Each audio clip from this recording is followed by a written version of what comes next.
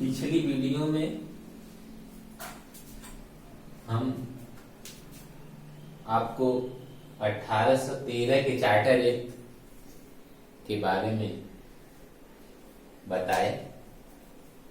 उसमें ये बताया गया था कि जो कंपनी है, कंपनी का भारत के साथ जो व्यापार था, भारत के व्यापार का जो एकाधिकार था, भारत के व्यापार का जो एकाधिकार है उसे समाप्त कर दिया गया।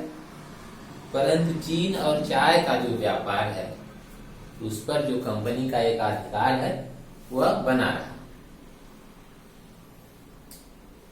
और पहली बार भारतीयों की शिक्षा पर 1 लाख रुपया प्रतिवर्ष खर्च करने की व्यवस्था की गई। इसे 1813 के चार्टर में बताया। तो अब आगे जो अगला चार्टर एक्ट कंपनी द्वारा पारित किया जाता है 1833 का चार्टर एक्ट। 1833 के चार्टर एक्ट में बंगाल का जो गवर्नर जनरल थे उन्हें संपूर्ण भारत का गवर्नर जनरल बना दिया गया। और लॉर्ड विलियम बेंटिक पहले गवर्नर जनरल थे जिन्हें संपूर्ण भारत के गवर्नर जनरल बनने का अवसर मिला।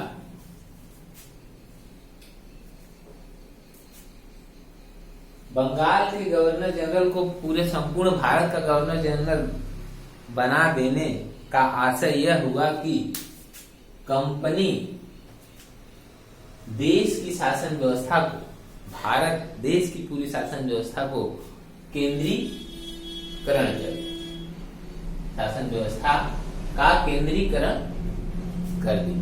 अर्थात एक सूत्र में ऑटोनॉमी एक सूत्र में बांध दिया गया। आगे इस चार्टर एक्ट के तहत कंपनी के समस्त व्यापारिक कार्य समाप्त कर दिए जाते हैं और अब कंपनी को केवल और केवल राजनैतिक कार्य ही करना था। इस तरह से कंपनी की जो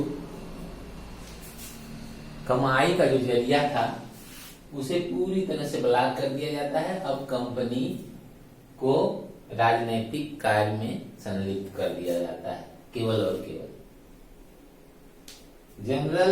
गवर्नर जनरल की परिषद में एक कानूनी सदस्य, गवर्नर जनरल की जो परिषद हुआ करती थी जिसमें 4 सदस्य और एक गवर्नर जनरल, कुल मिला के 5 लोग थे। अब एक और सदस्य, कानूनी सदस्य, 5वां सदस्य, हेल्प करने के रूप में 5वां सदस्य, और उस तरह से टोटल में 6 सदस्य हो जाते हैं, को सम्मिलित कर लिया जाता है। कानूनी सदस्य को सम्मिलित कर लिया जाता है और यह सुनहरा मौका पाने वाले व्यक्ति लॉर्ड मैकाले को कानूनी सदस्य के रूप में गवर्नर जनरल की परिषद में शामिल कर लिया जाता है। गवर्नर जनरल वह उसकी परिषद को पूरे भारत के लिए कानून बनाने का अधिकार मिल गया। गवर्नर जनरल जो था और उसकी जो परिषद थी उसे पूरे भारत के लिए कानून बनाने का अधिकार मिल गया। क्यों मिल गया? क्योंकि गवर्नर जो बंगाल का हुआ करता था अब वो पूरे भारत का गवर्नर जनरल हो गया। जब वो पूरे भारत का गवर्नर जनरल हो जाएगा तो उसे पूरे भारत के लिए कानून बनाने का अधिकार मिल ही जाएगा।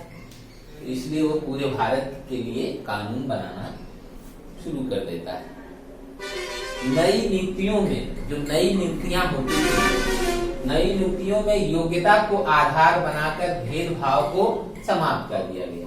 नई नियुक्ति जो होती थी उसमें योग्यता को आधार बना लिया गया। योग्यता अगर आपके अंदर है तो आप सेलेक्ट किए जाएंगे।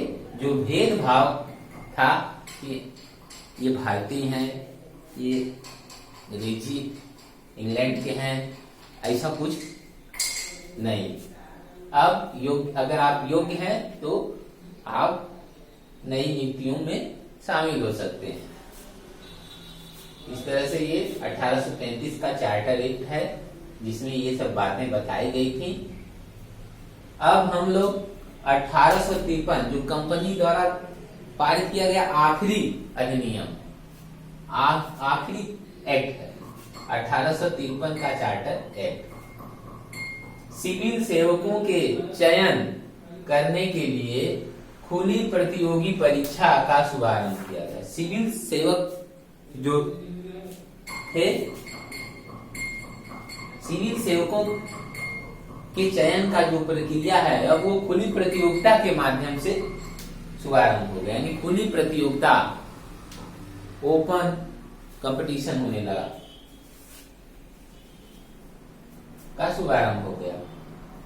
अगला इसमें क्या बताया गया, विधायी शक्तियों को कार्यपालिका शक्तियों से पृथक्करण कर दिया गया। विधायी जो विधि बनाने की जो शक्तियां हैं उन्हें कार्यपालिका की जो शक्ति है उससे अलग कर दिया गया।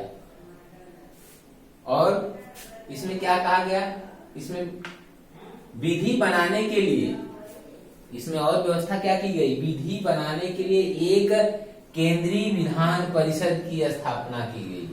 भारतीय विधान परिषद या केंद्रीय विधान परिषद की स्थापना की जाती है, अर्थात तो वह विधान परिषद पूरे देश के लिए कानून बनाएगा।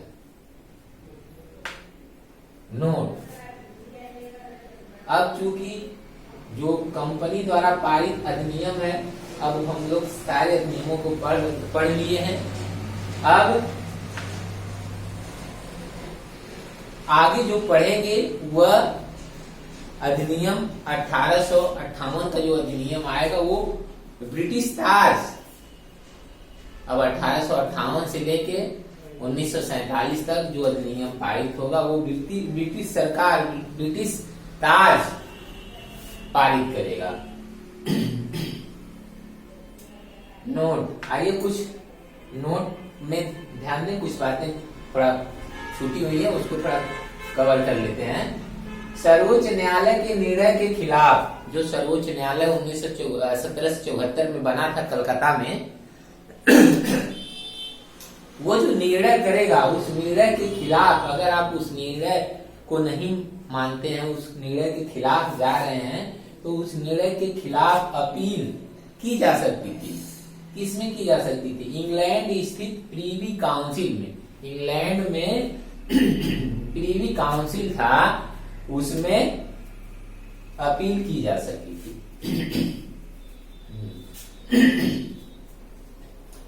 अब दूसरा नोट में दूसरी पॉइंट, 1813 के चार्टर एक्ट द्वारा, 1813 के चार्टर एक्ट द्वारा ईसाई मिशनरियों को भारत में प्रवेश करने और ईसाई धर्म का प्रचार करने की अनुमति दी गई। 1813 का जो चार्टर एक्ट था, उस एक्ट में ईसाई मिशनरियां जो थी उन्हें भारत में प्रवेश करने और अपने धर्म का प्रचार प्रसार करने की अनुमति दे दी जाती है। अगला पॉइंट है 1813 के चार्टर एक्ट द्वारा स्थानीय जो सरकारें हैं उन्हें कर लगाने व संचित करने का अधिकार प्राप्त हो जाता है। जो स्थानीय सरकारें हैं, जो लोकल गवर्नमेंट हैं, उनको कर लगाने और वसूलने का अधिकार प्राप्त हो जाता है। इस तरह से भारत के संवैधानिक विकास में कंपनी द्वारा पारित अधिनियमों को हम लोग पूरा देख चुके हैं। अब अगली वीडियो में ब्रिटिश ताज द्वारा पारित अधिनियमों को देखा जाएगा। वीडियो आपको कैसी लगी, लाइक करिए, शेयर करिए। अगर अच्छा लगता है तो चैनल को सब्सक्राइब भी करिए ताकि हम लोगों का मनोबल बढ़े, हम लोग मिल करके सफलता की मंजिल तक पहुंचे। हम लोगों का ये प्रयास है। धन्यवाद।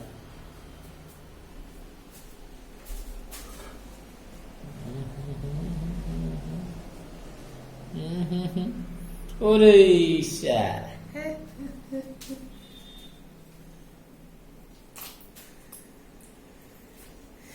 ही।